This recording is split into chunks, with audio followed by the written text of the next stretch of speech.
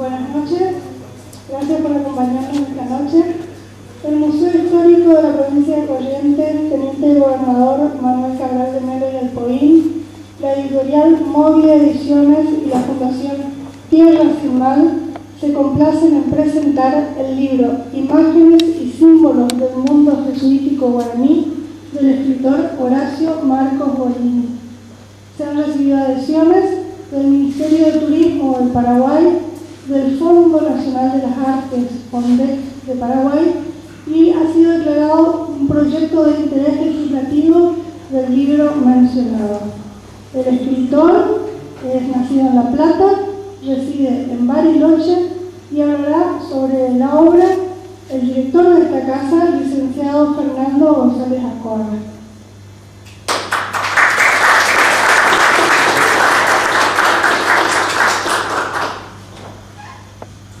Señoras y señores, estamos desde acá confirmando, bueno, yo creo que nos contamos todos. Le decía acá al autor, a Bolini, lo interesante de su libro, y esto a modo de comentario antes de analizar su obra, porque ya nos hemos contactado anteriormente cuando comencé y terminé de leer su trabajo hace un tiempo, hace unos meses atrás, sin tener pensado siquiera que esto podría llevarse adelante en esta fecha.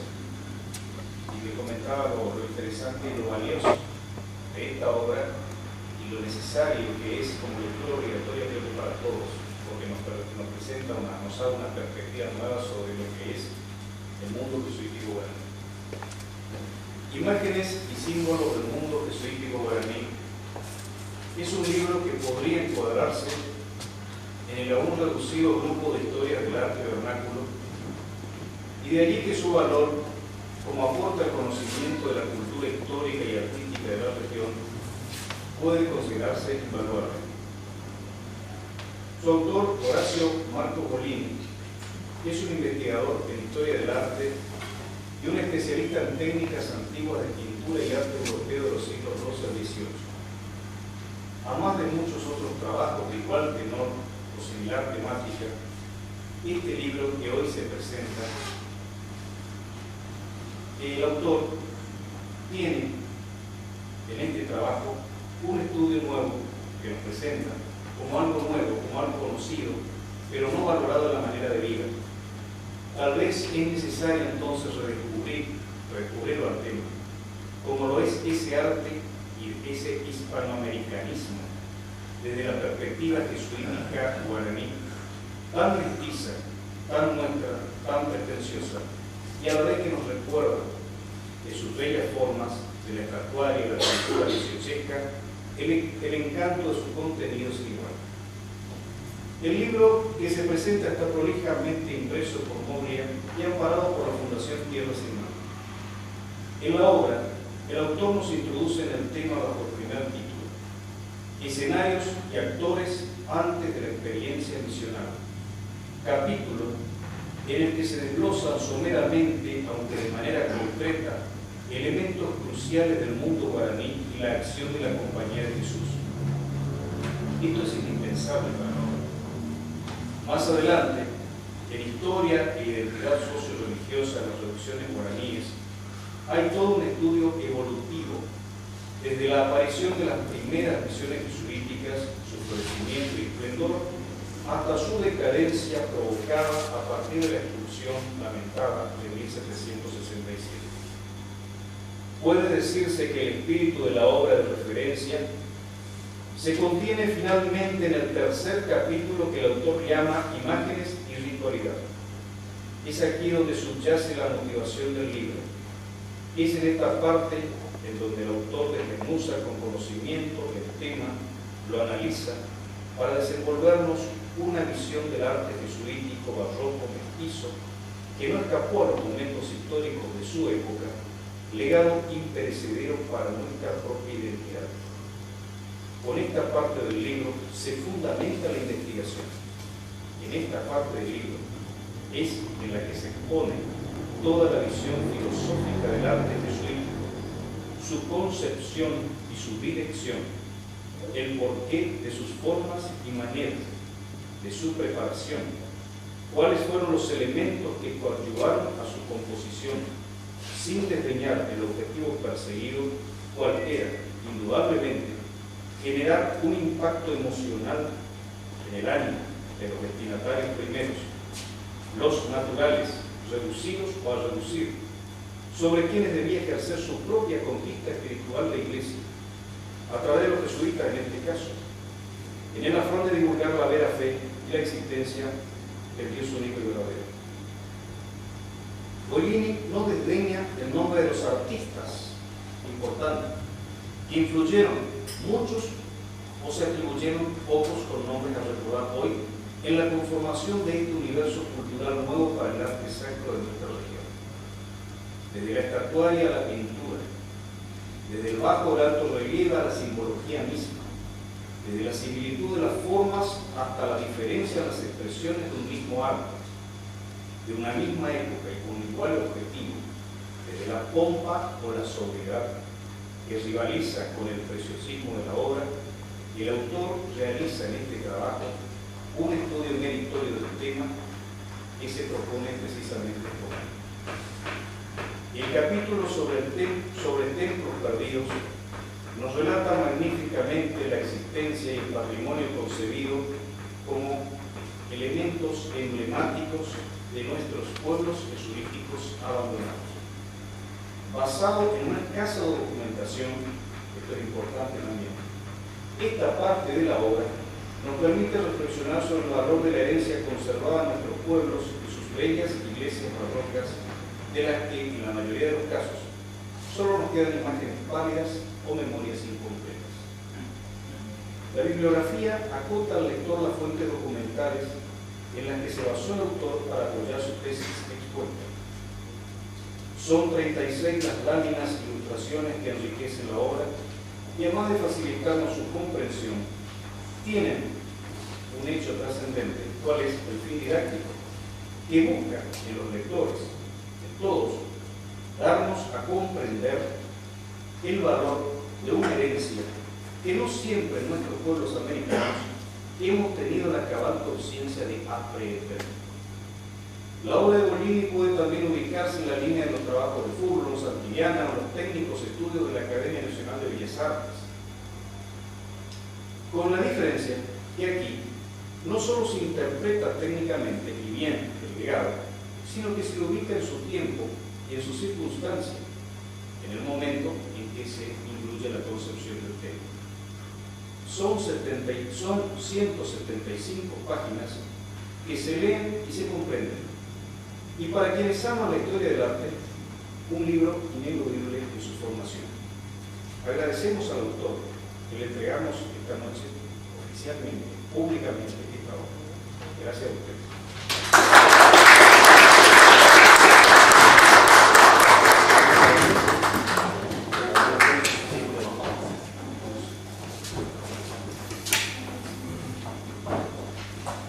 Cuya riqueza difícilmente pueda ser explorada en una hora. Pero vamos a tratar, a pesar de ello, de colocarnos cara a cara con el mundo de las imágenes, ya no solo en su faz americana, que es la temática central del libro, sino en las causalidades iconográficas que le dieron origen, ¿no? ¿Se escucha bien con el micrófono o prefieren que hable simplemente sin tecnología de por medio? ¿Está bien así? Sí, bueno. está bien. Cuando hablamos de la Compañía de Jesús y de su labor en América, el famoso sincretismo misional, la esfera ritual que configuró el mundo de las misiones jesuíticas, nos ponemos enfrente de un prisma intercultural de difícil analogía con otras experiencias culturales en el resto del mundo. Creo que este es uno de los aspectos que llaman la atención de aquellos extranjeros que conocen estas tierras, no solo en nuestro tiempo, sino fundamentalmente en el siglo XIX, cuando los viajeros de recorrer estas tierras, sí, ¿puede bajar? No hace falta que estén.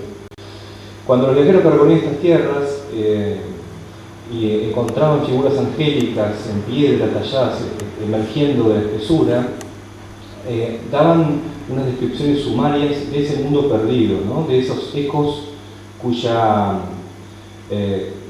resonancia parecía perderse en el escenario a oscuras del mundo post-jesuítico.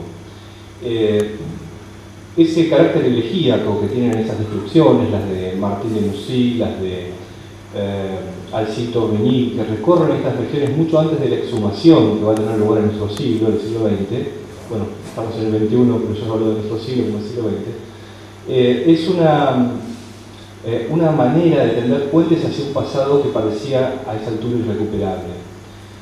Ahora bien, las misiones jesuíticas constituyen un fenómeno controversial aún en nuestros días. Todavía hoy se discute sobre el alcance de ese sincretismo, sobre el alcance de esa ritualidad y sobre el alcance de esa interculturalidad. Así aparecen palabras como aculturación o descripciones idílicas de las misiones jesuíticas. Pareciera no haber un término medio. Lo mismo sucedía con la llamada Societatis Jesu, la Compañía de Jesús, en el momento que fue creada y en su periodo de esplendor, que fue el siglo XVII, o quizás a comienzos del XVIII. Quiero decir, siempre fue un fenómeno controversial, y así encontramos que aquellos actores laicos de la pre-revolución francesa, como Voltaire y Montesquieu, discuten y elogian a la vez a los actores que forman parte de la compañía, los jesuitas. Tenemos, por ejemplo, una disputa teológica que tiene su contracara en el nuevo mundo de la ciencia. Tenemos una disputa política que tiene su contracara en los elogios que Montesquieu, por ejemplo, depara a las misiones como experimento socialista, entre comillas. En definitiva, se trata de un fenómeno de gran riqueza, tanto el de la Compañía de Jesús como orden, que da lugar a la aparición de científicos, Athanasius Kircher, como Matteo Ricci, como Francesco Maria Grimaldi, como el de los misioneros, que crean lo que algunos llaman utopía y lo que otros llaman sacro experimento religioso. En definitiva, es un fenómeno de complejidad dual. Lo que sucede en Europa, donde los actores revolucionarios tributan elogios y al mismo tiempo denostan a la compañía, y lo que sucede en América, donde los ojos de la colonia ven con cierta desconfianza este mundo paralelo que se crea en las selvas del Paraguay. Es cierto, los jesuitas crean reducciones en muchos lugares de América y en varios lugares del mundo, casi en forma simultánea, con una expansión y un dinamismo notable. Pero este fenómeno del Paraguay fue especialmente descrito por los exégetas y por aquellos que lo veían con cierta desconfianza o con un preconcepto de tipo teológico-político. ¿Por qué fue especialmente notable? Bueno, fundamentalmente porque se crea un diálogo espiritual, un diálogo de culturas aparentemente inédito. Esto es lo que nos maravilla y lo que nos sorprende desde el arte. La prodigalidad de los talleres misionales, el hecho de que la primera imprenta del territorio nacional haya funcionado en una misión jesuítica en Loreto, el hecho de que los actores prejesuíticos, esto es, los guaraníes, no tuvieran obviamente como ningún pueblo de Sudamérica conocimiento de la escritura ni una simbología visual establecida, y sin embargo en menos de medio siglo en las misiones ve la luz un arte particular, un arte nuevo. Ahora bien, ese arte nosotros vamos a empezar a explorarlo en su raíz iconográfica desde su fuente europea, desde su lugar de nacimiento, a partir de cuya génesis va a tener lugar esta transmigración simbólica, esta transmigración de significados, de acentos, de expresividad. Pensemos en el arte del Renacimiento cuando la búsqueda de los artistas universales del Renacimiento, llámese Piero da Francesca, llámese Leonardo, llámese Rafael, estaba puesta en la racionalidad a ultranza, ¿no? Estaba puesta en el equilibrio de las geometrías preconizadas por Alberti, en el equilibrio de los mundos pitagóricos y euclidianos que encontramos en Piero da Francesca. Bueno, ese era un mundo radicalmente distinto al que va a tener lugar a fines del siglo XVI. El siglo XVI es el siglo de las hogueras, es el siglo de las guerras de religión, es el siglo que parece profetizar el bosco de sus infiernos, ¿no? Es un siglo de confrontación. Justamente es el momento en que surge la Compañía de Jesús. Algunos dicen como respuesta al cisma, como respuesta a la reforma de Lutero, y otros dicen como fenómeno espiritual más amplio. En definitiva, aquel mundo del equilibrio matemático y perspectivo de los artistas del Renacimiento, aquel mundo que se ve en la bóveda de la Sixtina, deja de existir justamente a mediados del siglo XVI con el rompimiento manierista. Esto que vamos viendo, que es Tintoretto, es uno de los emergentes o herencia del gran rompimiento estético que preconiza Miguel Ángel en el Juicio Final.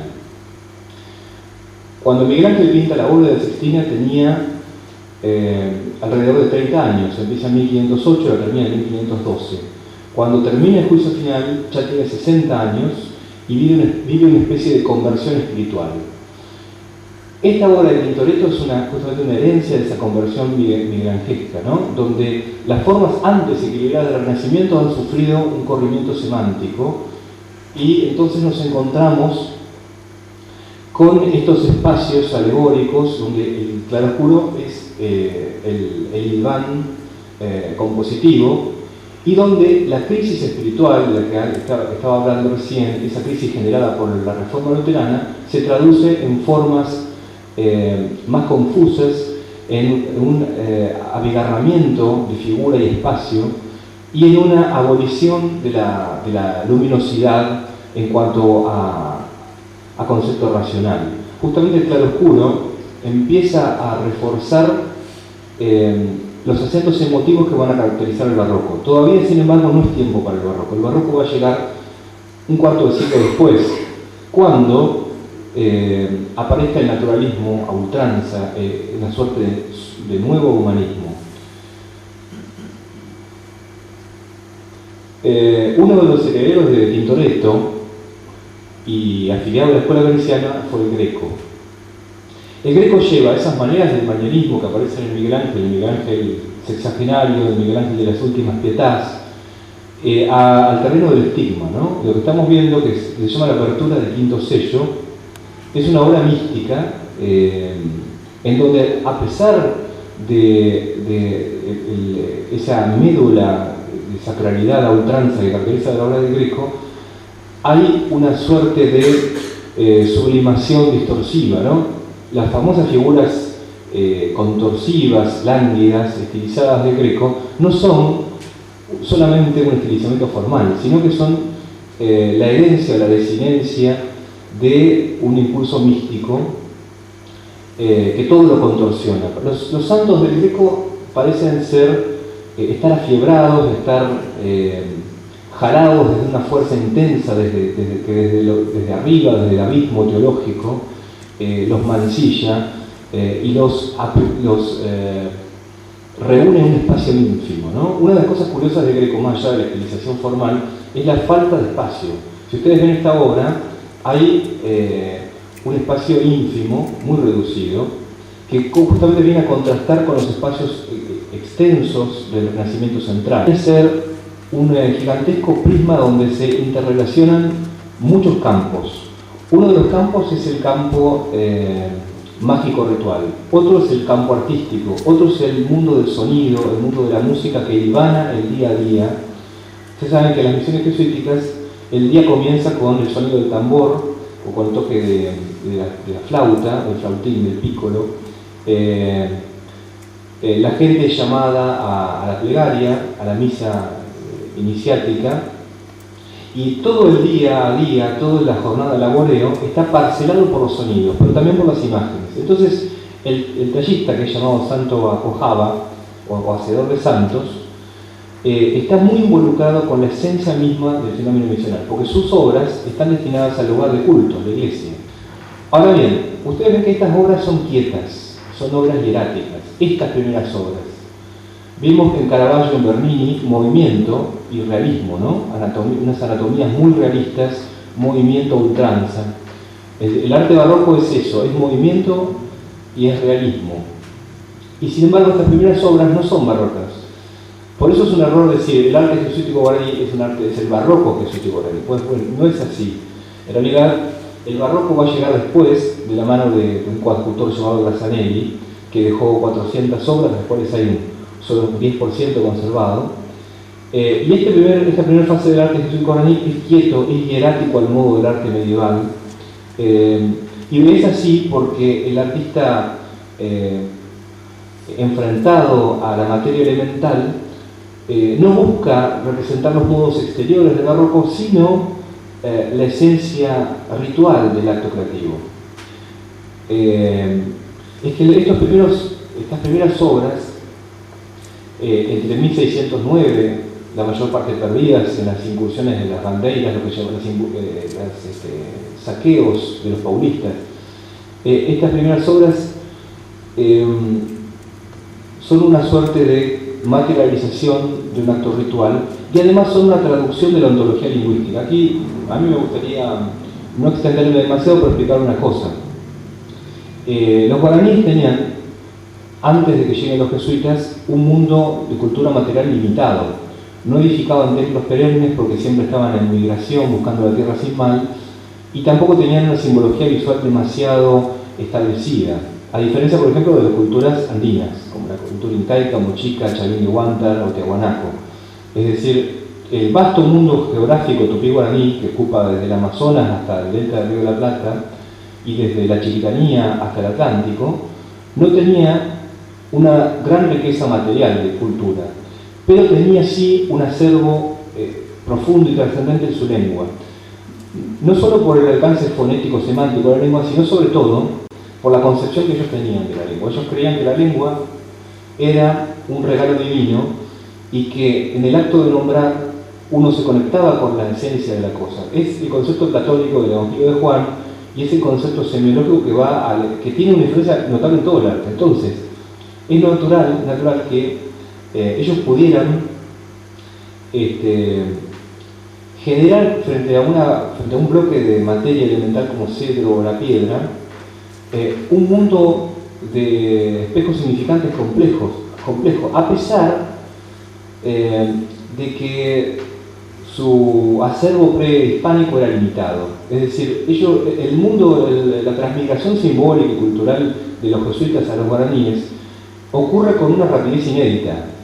Hay una pieza de este rompecabezas que parece ser faltante, ¿no? Nosotros vemos estas obras de complejidad técnica y de gran riqueza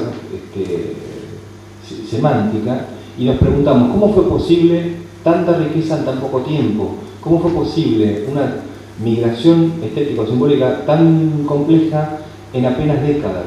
¿Cómo fue posible que los guaraníes construyeran sus violines y leyeran música e hicieran música barroca en 15 años, ¿no? Las primeras discusiones de música barroca en Buenos Aires las hacen las orquestas misionarias. Esto fue posible justamente porque los guaraníes, a pesar de una cultura material limitada, tenían una visión metafísica del verbo. Ellos concebían el acto de nombrar como un acto metafísico, el acto de referirse a las cosas como una conexión ontológica con el principio de todo. Es decir, la cosmogonía y el verbo estaban unidos. Y entonces en esa operación semiológica que tiene lugar en el acto ritual, podemos encontrar los orígenes de la causalidad de un arte rico, un prisma intercultural absoluto que se construye en muy pocos años. No sé si se entiende el concepto. Una ontología de la forma en el arte se vindica y se sostiene desde el verbo. Nosotros pensamos con palabras y el artista piensa la obra con palabras. Era lógico y natural que hombres que en su acervo prehispánico concebían una noción metafísica del verbo pudieran construir un mundo de símbolos y un mundo de alegorías visuales también a partir del verbo. Un verbo enriquecido a partir del uso de la escritura, ¿no? En las escuelas misionales se aprende a leer música y a leer en latín en guaraní y en castellano, ¿verdad? Se hacían óperas en castellano.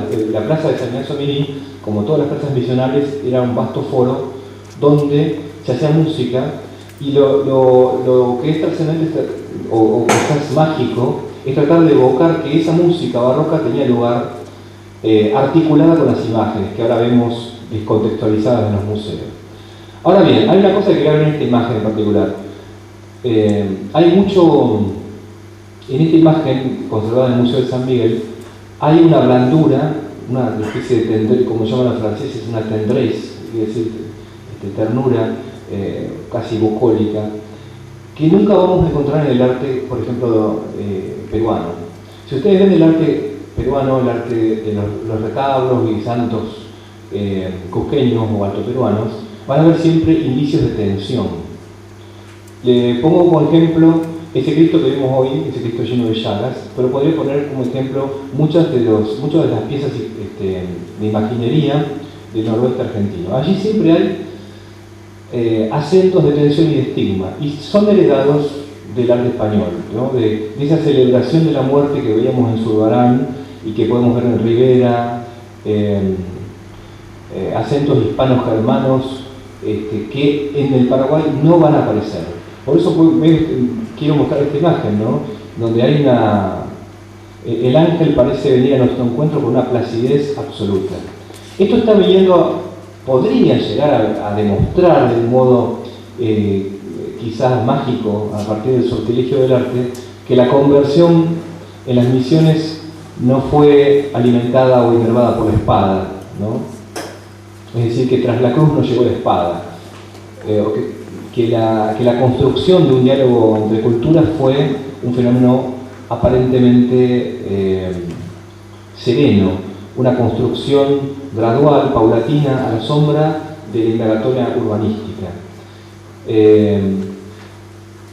El barroco iba a llegar con su construcción de teatros y de anatomías veristas, pero aun cuando en los talleres misionales aparezca el realismo anatómico, fíjense que en esta obra, un arcángel Miguel derrotando a Satanás, hay todavía indicios de una rigidez, de unas formas icónicas, que son resabios de la visión aborigen. Otra de las cosas que veíamos en las primeras imágenes, ese estatismo, que es antibarroco, no es solamente por la lectura del modelo, sino también porque la visión aborigen siempre tiende a la geometrización. Por ejemplo, si ustedes ven los zoomorfismos o las figuras antropomórficas precolombinas, van a ver que siempre el ojo aborigen tiende a geometrizar la forma. Porque pensemos en el arte de Chavín de Huántar, en los vasos ceremoniales, o por ejemplo la Puerta del Sol de Tiahuanaco. Ustedes ven allí, ahí está la figura de Viracocha, del dios omnívoro, creador del universo, y las figuras están compendiadas como signos. Bueno, eso es antibarroco, ¿no? Es una visión que tiende a la geometrización. Ese residuo atávico está en el arte misional. Entonces vemos que el faldón que estamos viendo aquí del San Miguel es muy rígido. Hay una lectura sumaria.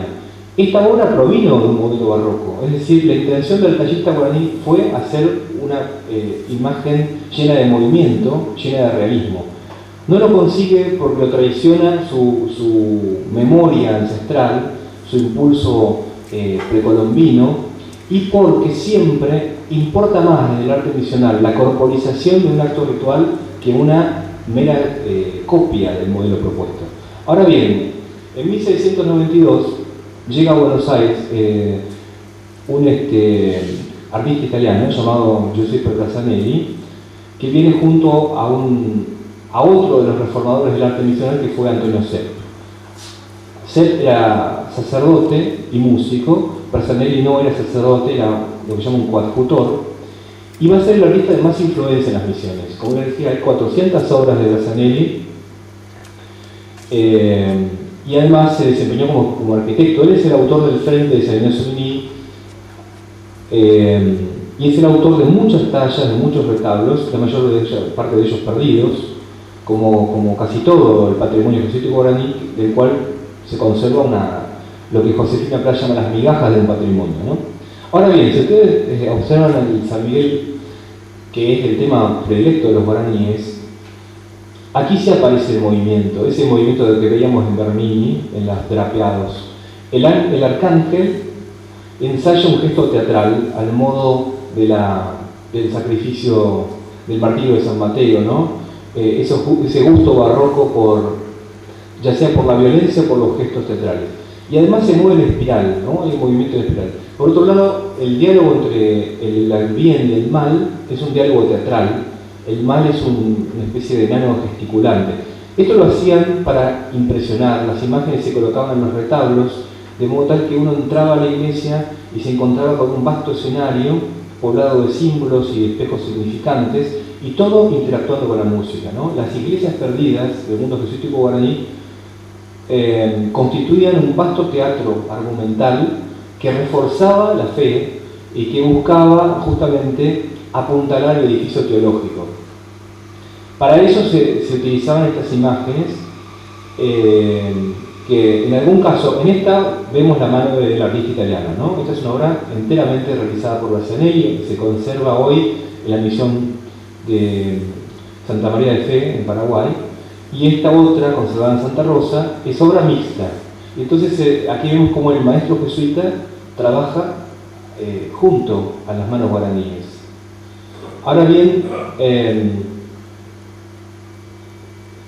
aquí vemos que la ejecución es mixta porque, si bien aparece ese patetismo barroco, ese juego de realismo anatómico y de la variedad de pliegues, las anatomías son un poco sumarias, están realizadas con un trabajo de síntesis, que es típico de la mirada guaraní. En otras obras, el Braccianelli trabaja solo, como en esta Anunciación, que algunos consideran que es la obra más representativa del barroco misional, ¿no? Aquí vemos un detalle. ¿Cómo podemos identificar una obra de Braccianelli de una que no lo es? Bueno, Braccianelli estudia a Bernini en Roma, y a partir de ese estudio, él trae a América los modos argumentales del barroco, que son movimiento, sí, teatralidad, dinamismo. Pero la pregunta es, que lamentablemente uno no puede desarrollar, la pregunta es ¿por qué el barroco propone un dinamismo, propone realismo anatómico? ¿Qué busca el barroco con eso? Si no entendemos qué se busca con el barroco, no entendemos qué es. El barroco busca conmover, busca tender un lazo con el espectador, un lazo fundamentalmente emotivo. El Renacimiento buscaba todo lo contrario. El Renacimiento buscaba construir una imagen racional a ultranza y una imagen de claridad conceptual, justamente porque está basado en la concepción helénica, ¿no? El arte renacentista, preconizado por Alberti, traducido sea en arquitectura, en pintura o en escultura, traducido en esos campos perspectivos de visión absolutamente lúcida y geometrizante. Pensemos que, por ejemplo, Piero della Francesca deja de pintar para dedicarse a la matemática. O sea, Piero della Francesca es el artista más representativo del Renacimiento central, ¿no? Es más, es el artista que fascinaba a los cubistas, a Picasso, por ejemplo. ¿Por qué? Porque trabajaba la forma desde la geometría. Y Piero della Francesca abandona completamente el arte para dedicarse a la matemática. Eso es un ejemplo de lo que es el Renacimiento, una búsqueda de cánones muy racionales y muy matemáticos. En cambio, el arte barroco busca conmover, busca superar todo lo que es racional a través de la expresión. Esto también es así en música. Cuando Bach escribe sus cantatas, él mezcla el texto sagrado en alemán con una música que es profundamente efectista. Entonces, cuando él habla de las almas que se queman en el infierno, la música tiene el juego polifónico que parece describir las llamas ondulantes. Eso también se ve en la ópera barroca. Bueno, aquí vemos, entonces vuelvo al concepto, ¿no? El barroco es un arte humano y de algún modo es un nuevo humanismo, más humano aún que el Renacimiento. Es más humano porque explora el mundo desde el cuerpo. Esto que estamos viendo es uno de los pocos altares conservados de las misiones jesuíticas. Hay 5 altares. De los 150 que había, quedan 5. Uno está en el Museo de Luján, este está en San Ignacio Guazú, hay uno en Santa Rosa y uno en Santiago. Todos los demás fueron mutilados o desaparecieron con la destrucción del año 1817, ¿no? Acá lo que se ve es el alto nivel técnico que alcanzaron los tallistas guaraníes, y la obra, la figura central, que es un Jesús alcalde, es de Brazanelli. Eso se ve por, fíjense, la ondulación de los paños, que recuerda un poco a esa imagen de mármol que veíamos hoy. Esta obra es una obra gemela, fíjense que son prácticamente iguales, y es de Santa María de Fe. La muestro porque también en los talleres misionales yo trabajaba a veces en serie. Entonces vemos esos angelitos que podemos encontrar, quizás pudiéramos encontrar de asientos si se conservar el patrimonio, y que formaban parte de una escenografía. Las iglesias jesuítico-guaraníes eran lugares de culto y vastas de escenografía simbólica, ¿no? Fíjense, otra vez un San Miguel Arcángel. La pregunta es ¿por qué el tema gustaba tanto? Bueno, porque les recordaba a los guaraníes su estirpe guerrera. El pueblo guaraní, prehispánico, es un pueblo en constante migración, pero también en guerra constante.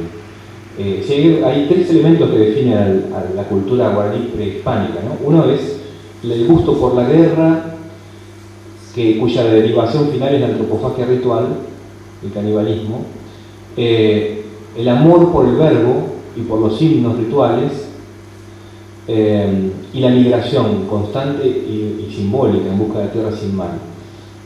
Migración que a veces tiene más de virtual que de búsqueda. No se sabe si ellos realmente querían encontrar el paraíso en la tierra o si es que lo hacían porque era una parte de una costumbre ancestral. Entonces, cuando ellos pintan o esculpen el arcángel Miguel derrotando a Satanás, están recordando parte de su estirpe guerrera. Esta obra también es de Brazanelli, cosa que se ve, por ejemplo, en el juego de volúmenes, que es muy barroco. En esta otra obra vemos, por ejemplo, que el tallista anónimo guaraní estudió y recibió la influencia de Brazanelli por el juego de diagonal, ¿no? El cuerpo exánime de Jesús, ensayo la diagonal barroca. Pero en virtud de esa mirada aborigen atávica que siempre tiende a la síntesis, al estilo precolombino, han desaparecido los volúmenes generosos, ¿no? El juego de texturas que caracteriza el barroco. Bueno, esta imagen todos la conocemos, del pórtico de San Ignacio Mini, pero yo la muestro por una característica esencial. El pórtico de San Ignacio es la obra del escultor puesto arquitecto. Nosotros no tenemos documentación que atestigue que sea obra de Brazanelli, pero imaginamos que lo es, porque cuando nosotros entramos a la reducción por el camino central, podemos experimentar algo muy notable, ¿no? Que quizás no esté en otras reducciones. Hay las texturas, los volúmenes, el juego de capiteles, de entablamentos y demás, forman una especie de retablo arquitectónico, ¿no? Nosotros en San Ignacio experimentamos que más que un trabajo de planos, es un trabajo de volúmenes. Eso está revelando una mirada de escultor puesto arquitecto, que eso es lo que era Brazanelli. Brazanelli no era arquitecto de oficio, era escultor. Entonces, cuando edifica la estética de San Ignacio Mini, como suponemos que fue Santa Ana, del cual solo quedan los muros sin decoración, creó una vasta escenografía escultórica, ¿no? Incluso uno de los ángeles puede haber sido mano de un artista ya sexagenario. Él muere 4 años después en Santa Ana, y está enterrado en una de las capillas laterales. Aquí vemos, esto lo muestro solo como documento, ¿no? La reconstrucción de Oneto, lo que se llama anastilosis, que es la restitución de piezas que estaban en el suelo, tal cual que son descritas por los viajeros del siglo XIX, que las veían emerger en medio de la espesura, ¿no? Lo cual le daba un contexto poético, ¿no? Que creo que ahora no tiene San Ignacio Mini por la vasta reconstrucción realizada. El pórtico que da al claustro, posiblemente sea de mano de origen, pero lo interesante es que muestra que San Ignacio es una especie de entronización del símbolo. San Ignacio, como el arte ritual del medioevo, estaba construido en base a símbolos y a un juego de espejos significantes, ¿no? Y símbolos raros, como estas sirenas, son sirenas, ¿no? Es raro que como parte de la decoración arquitectónica de un templo cristiano, el tallista, quien quiera que haya sido, tuviera la libertad, entre comillas, de dotar a las figuras de senos, ¿no?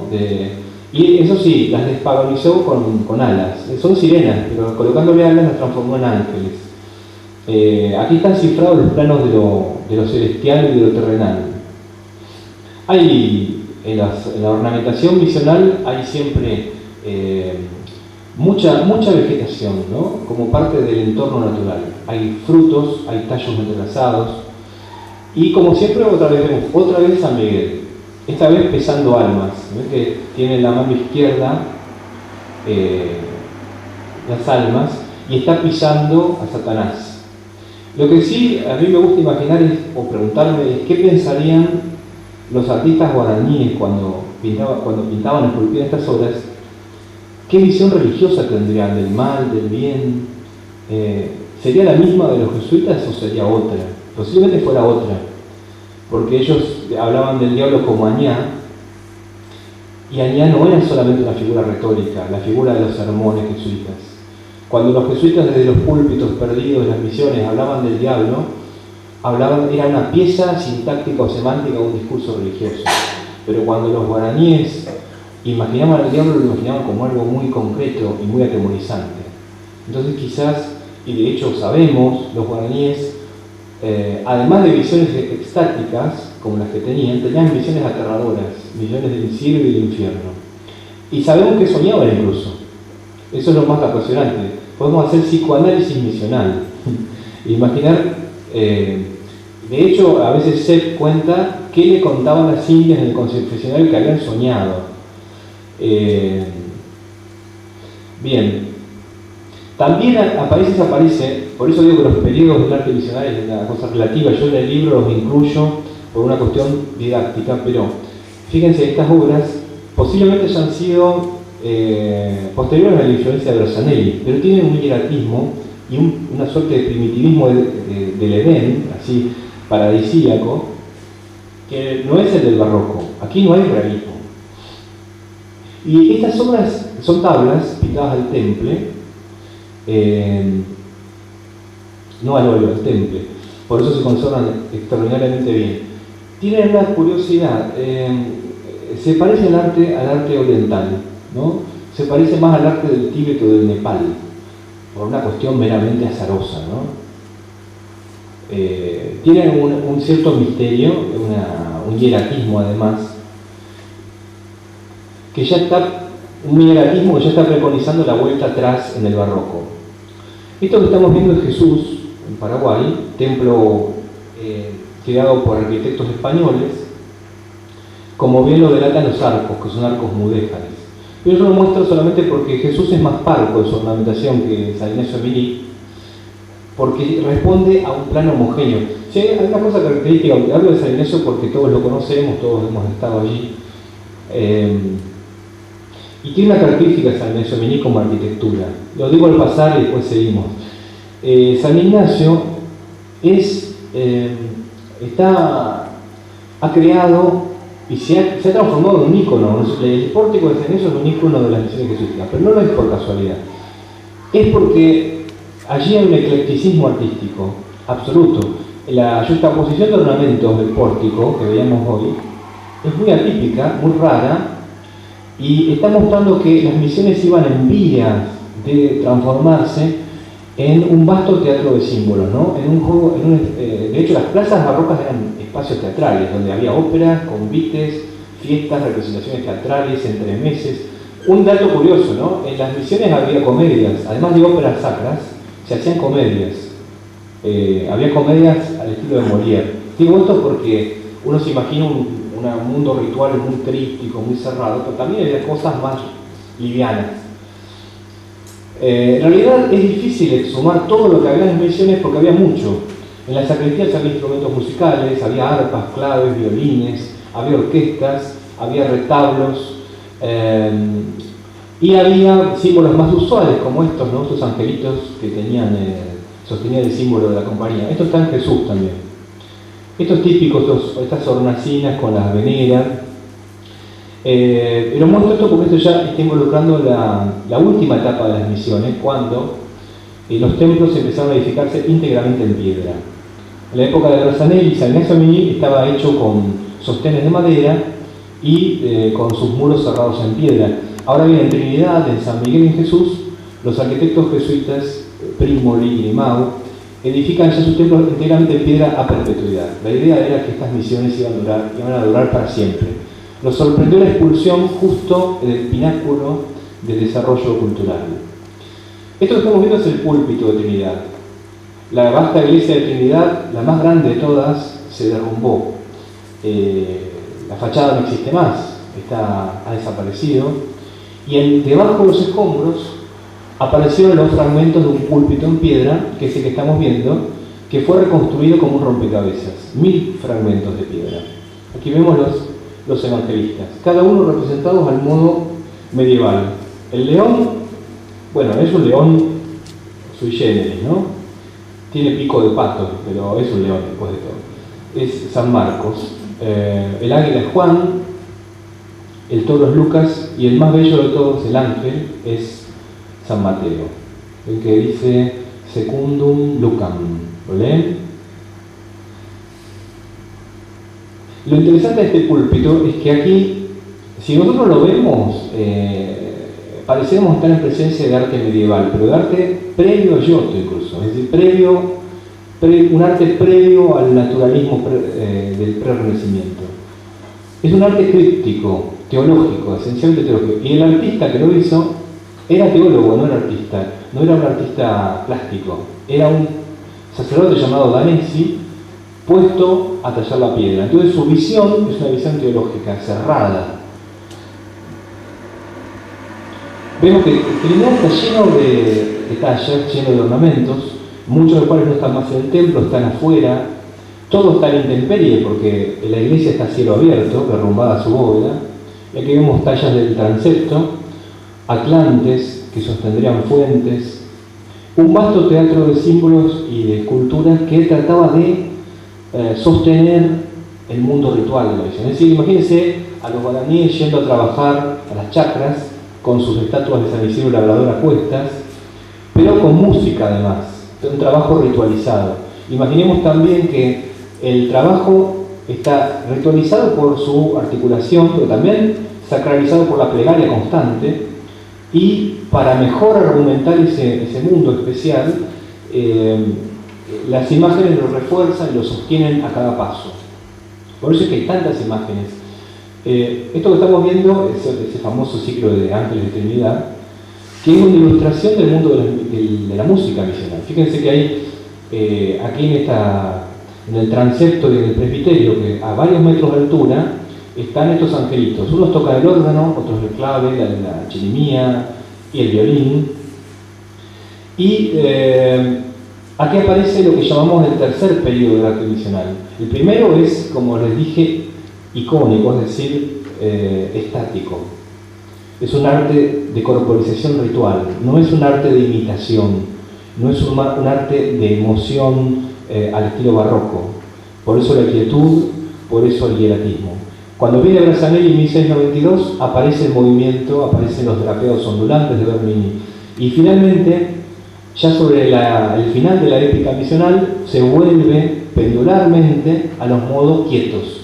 Entonces estos ángeles son quietos como íconos, pero también tienen una rarísima fórmula estética. Han conseguido plasmar la gestualidad de cada acto musical. Es decir, cuando nosotros los vemos, tenemos la impresión de que cada angelito está concentrado en el acto del instrumento que toca. Para mí este angelito que toca el órgano, eso se llama órgano positivo. En Alemania se llamaba Riff Positiv este órgano. Era un órgano pequeño, chiquitito, no era el gran órgano de tubos. Fíjense que el otro ángel acciona el fuelle, ¿no?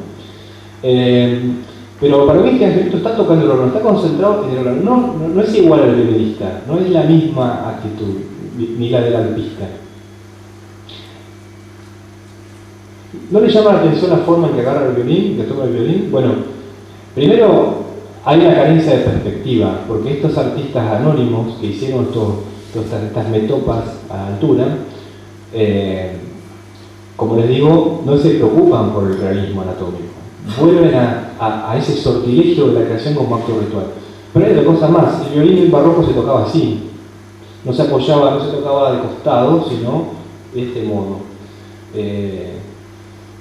Así que en este caso el artista, quien quiera que haya sido, resultó fiel a lo que se propuso representar. Y finalmente estamos viendo, para terminar esta brevísima recorrida o extensa, no sé cómo habrá sido, estamos viendo las ángeles que están hoy en día en la sacristía. En la sacristía de la gran iglesia de Trinidad, de ese mundo, de ese prisma de piedra que es la iglesia de Trinidad, la sacristía es el único espacio cerrado que hay. Lo demás está cielo abierto, se derrumbó, y se derrumbó ya en tiempos jesuíticos, o post-jesuíticos, inmediatamente post-jesuíticos.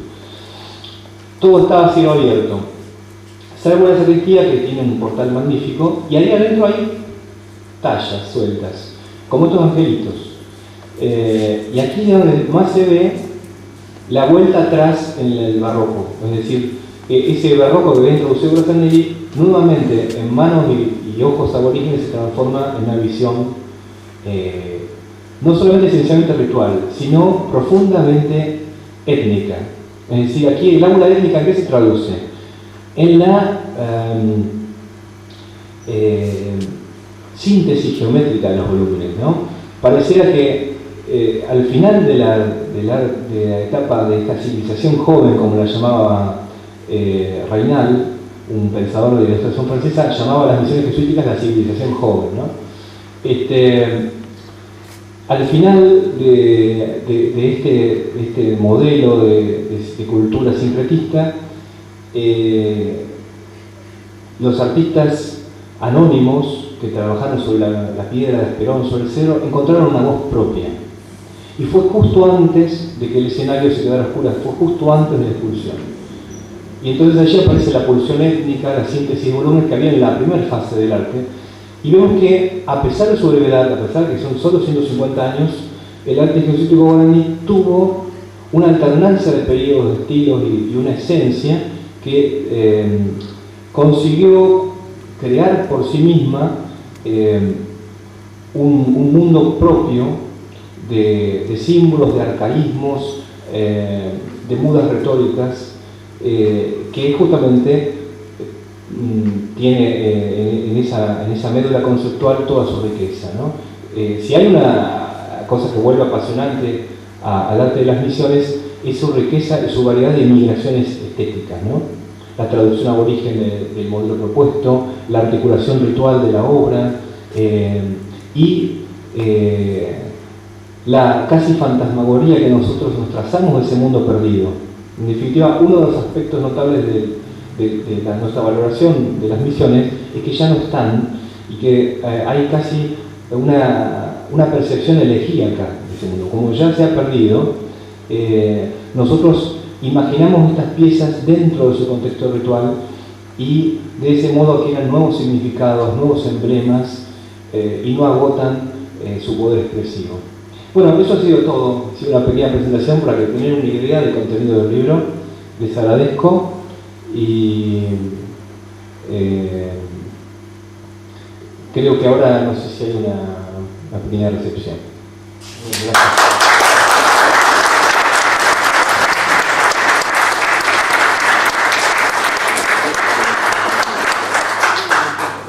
Bueno, la provincia de Corrientes ha recibido complacidas la visita del historiador Bolini.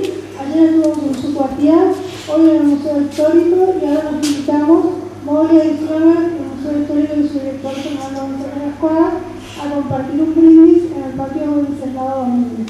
Muchas gracias por estar aquí.